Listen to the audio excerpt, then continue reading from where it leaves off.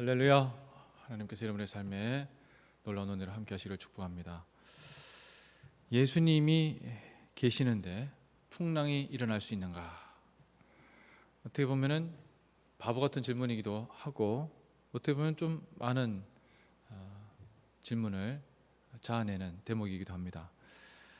이번 주 계속 우리가 예수님께서 행하신 기적에 대해서 살펴보는데, 그 중에서 아주 유명한 기적 중에 하나죠.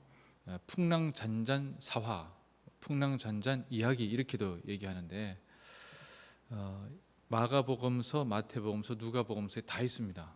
그만큼 확실하게 이걸 했다는 겁니다. 자, 어쨌든 이 마가복음에 나와 있는 이야기가 아주 중추적인, 다른 마태복음이나 누가복음은 이제 그것을 보고 인용을 한 것인데, 큰 질문이죠. 예수님께서 제자들에게, 또 무리들에게 복음을 막 전하셨는데, 전하실 때 호수 위에 배를 띄워두고 복음을 전하시고는 날이 저무니까 가라고 하고는 제자들이 그대로 예수님을 태우고 건너편으로 가게 됩니다. 자, 이렇게 건너편으로 가는데 그때 풍랑이 일죠. 그죠? 풍랑이 거세게 일고, 어제 말씀드렸던 것처럼 당시 배가 기술이 뭐 그렇게 좋지 않았기 때문에 밑에서 물이 올라오는 거를 퍼내는 속도보다 바깥에서 들어오는 물이 더 많으면 그 배는 이제 그날 가라앉는 겁니다. 가라앉는다는 건 뭐겠습니까? 그날 이제 죽는다는 거죠, 그죠? 자, 광풍 속에, 어려울 때, 곤경 속에 있는데, 문제는 뭡니까? 문제는 예수님이 계신데 주무시고 계시다는 거예요. 이것을 다르게 표현하면 하나님의 침묵이다라고 얘기할 수 있습니다. 우리가 이 고단한 인생길, 또 여러 가지 고민 가지고 살아갈 수 있는데, 문제는 그때그때마다 문제가 생기고 어려움이 있고, 또 기도의 그런 차원이 바로바로 참 해결되고 하면, 그죠? 차원이 막 팍팍 열리겠죠, 그죠?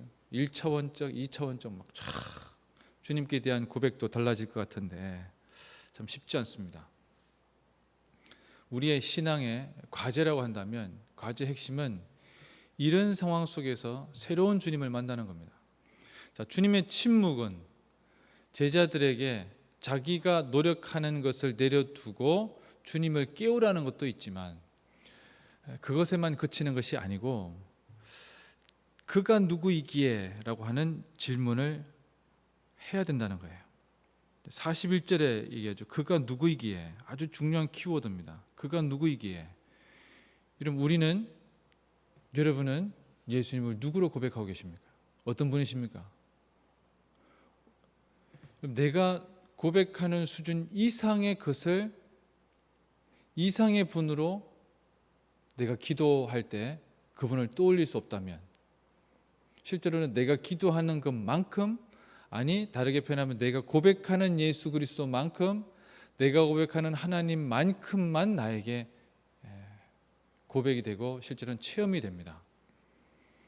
그 가능성을 열어 제치기가 쉽지 않아요. 우리가 초자연적인 기적을 보신 적이 있습니까? 본 적이 없어요. 우리가 물론 간혹 계시겠죠, 그죠? 과학자들은 그걸 또 막 설명하려고 하겠죠. 그렇지 않습니다. 창조를 과학이라고 설명하는 분들이 있어요. 잘못 지었죠, 그죠? 창조가 어떻게 과학입니까? 신앙이 점검의 대상입니까? 설명하기 위해서 그렇게 한다고요? 제가 그분들한테 늘, 물론 제가 이렇게 이해하는 것도 잘못됐다고 하긴 하던데, 그래서 늘 물어봅니다. 그러면 예수님의 기적은 어떻게 설명할 거냐 도대체? 창조를 그렇게 막 탁탁탁탁 맞는 것처럼 설명하려고 그러는데, 그럼 예수님의 기적은 어떻게 설명할 거냐? 그래서 제가 대표적으로 드는 게 이 본문이에요. 예수님이 물리를 걸어오셨다. 그럼 당신 어떻게 설명할 거냐? 예수님이 소금쟁이냐? 이렇게 질문하거든요. 여러분, 인간이 생각하는 예수님의 제자들이 예수님이 참 이런 말씀도 하고 저런 말씀도 하니까, 야, 역시 탁월한 랍비구나, 이 정도 생각했죠. 근데 예수님이 물을 건너서 오시는 것을 보고는 본인들이 가지고 있던 예수님에 대한 이해가 완전히 어떻게 되는 겁니까? 퍽! 물 위를 걸어오시는 예수님 그 차원을 넘어서 어느 정도입니까? 이 정도가 아니고 그거는 배에 도달하니까 바람이 그쳤다. 우연의 일치다. 이 정도 생각을 할 수 있어요. 하지만 예수님께서 배에서 곤히 주무시는데 깨워서 예수님 이제 우리 다 죽었습니다 라고 했을 때 예수님이 벌떡 일어나서 뭐라 하십니까? 바람을 꾸짖고 고요하라 잠잠하라 이렇게 외치니 조용해졌다는 거예요. 전혀 다른 차원의 예수님을 만난 겁니다. 전혀 다른 차원, 상상할 수 없는 차원이죠. 중요한 것은 뭡니까? 우리가 이러한 예수님, 어떤 분이십니까? 두려운 분. 제자들이 엄청나게 두려워합니다. 전에 친근하게 대하고 예수님 이렇게 했던 분이라고 한다면 예수님이 전혀 다른 분으로, 어떤 분입니까? 창조주 하나님으로 바람과 바다를 잠잠케 만드는 초자연적인 이적을 행하시는, 격과 차원이 아니라 전혀 다른 곳에 계신 분으로 이해하게 된다는 거예요. 시편 33편 18절에 이렇게 말씀합니다. 여호와는 그를 경외하는 자 곧 그의 인자하심을 바라는 자를 살피사 그들의 영혼을 사망에서 건드시며 그들이 굶주릴 때에 그들을 살리신다. 경외하는 자라고 하는 것은 두려움 가운데 사랑하는 겁니다.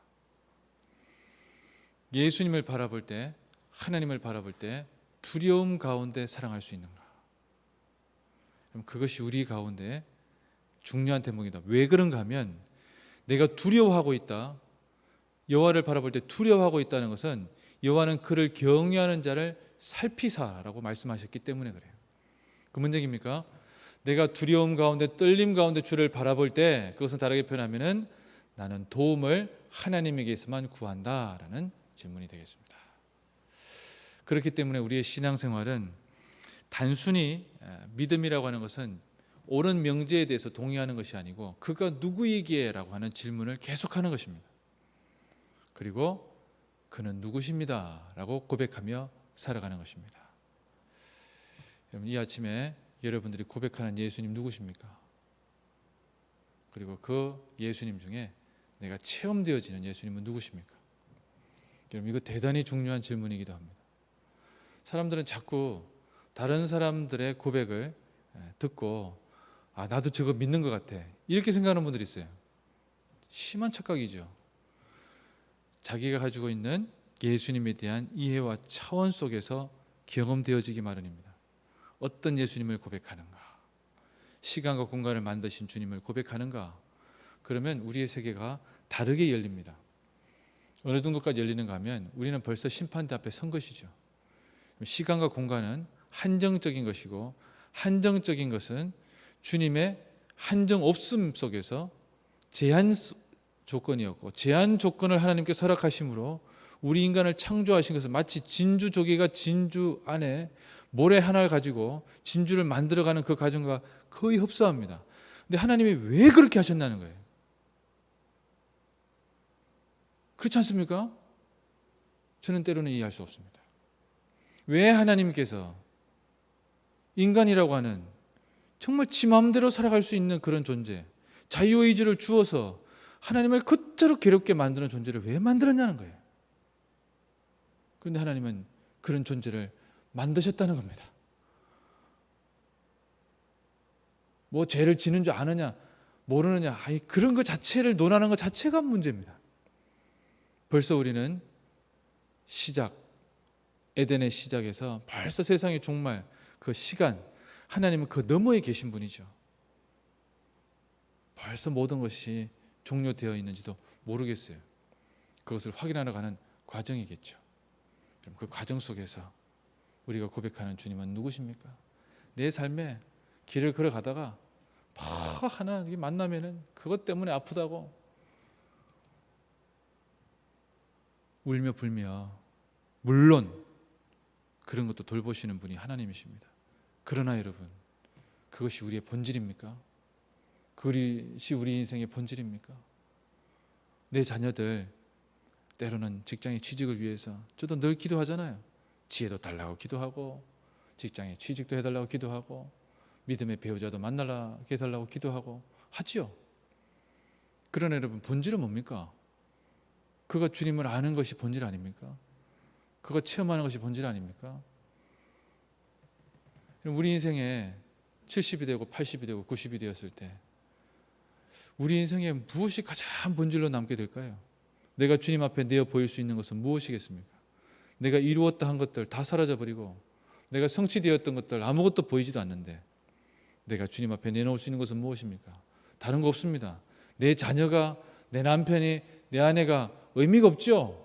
가장 중요한 것은 뭡니까? 너는 뭔데? 너는 뭘 고백한 거야? 나에 대해서. 너는 나에 대해서 어떤 체험을 가지고 있는데? 너 나와 같이 살 수 있니?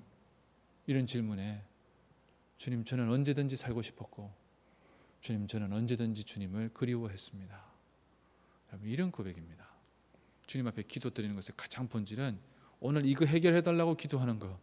여러분, 죽을 때까지 그렇게 기도하고 말 겁니다. 그러나 한 번도 주님에 대해서 경험해 보지 못했다면, 기도 가운데 내 소원을 성취해 주는 분으로만 기억했다면 너무나 슬픈 이야기가 아닌가 싶습니다. 그가 누구이기에, 오늘 하루도 그가 누구이기에 전혀 다른 차원의 그런 고백들이 우리에게 있었으면 좋겠습니다. 그런 고백 가운데 살아가는 우리가 되도록 합시다.